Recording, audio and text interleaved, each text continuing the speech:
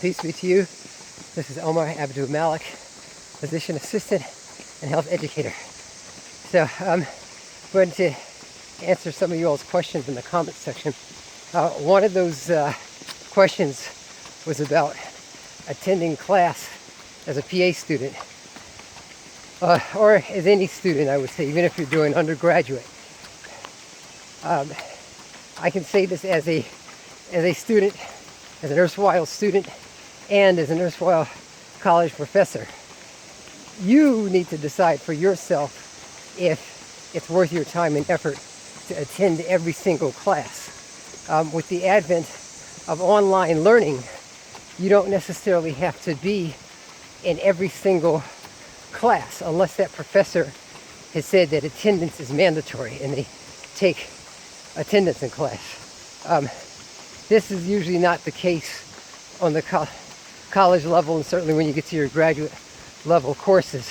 You paid for the course, it's up to you to miss it if you want to waste your money or you decide that it's more efficacious for you not to attend the class. Sometimes you can get class notes. Some professors post their notes in the actual class online. They may use something called Blackboard. For a course like maybe physiology, you might not necessarily have to attend that class. You may not feel the need to attend that class. You may rather use that hour or 90 minutes, however long the class is, to do your own studying, especially if you have a good syllabus.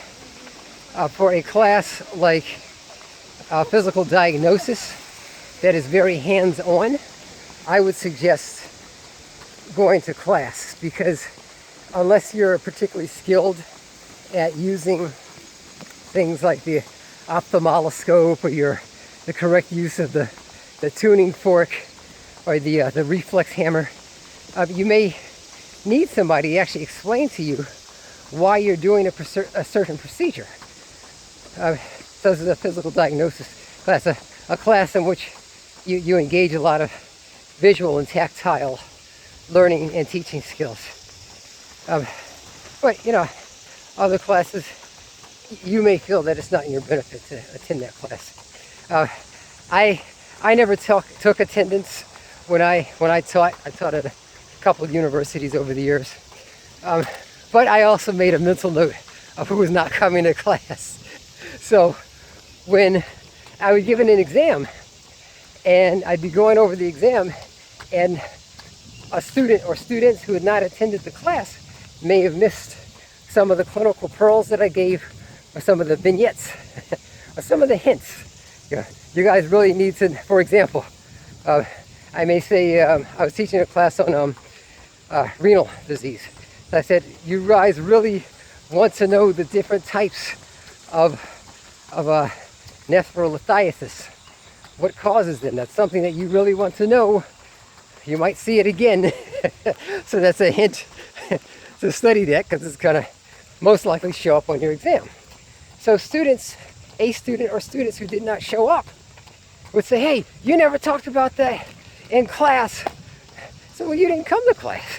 And then, much to my glee, there would be students who were really diligent about coming to class would say, no, he talked about it. Here it is in the notes. He talked about it on this day, and he said he gave us the distinctions, and he told us to know this chart or this table or this diagram. So I always feel like vindicated with it. But that's the risk you take by not going to class. But I hope that you found that helpful. You need to decide how you learn best, and if a particular class really is worth your attendance time, and make sure that that professor does not count you not being in class against you at the end of the semester. Some professors, I used to give a class participation, a couple of points for that. If you came and you were active in class, you volunteered information, asked questions, All right, so that's it. Many of you guys who are PA students, you've started PA school. Congratulations for getting in.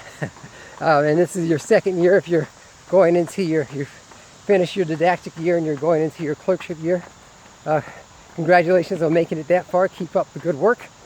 But I invite you guys to reach out to me on Instagram, LinkedIn, Twitter, Facebook.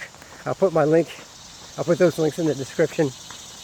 And I'll try to answer any questions you may have about how to get into PA school, how to get through, and how to establish a good, successful career as a PA. I've been a PA for almost 20 years now. It's been great 2 decades. Take care. Peace.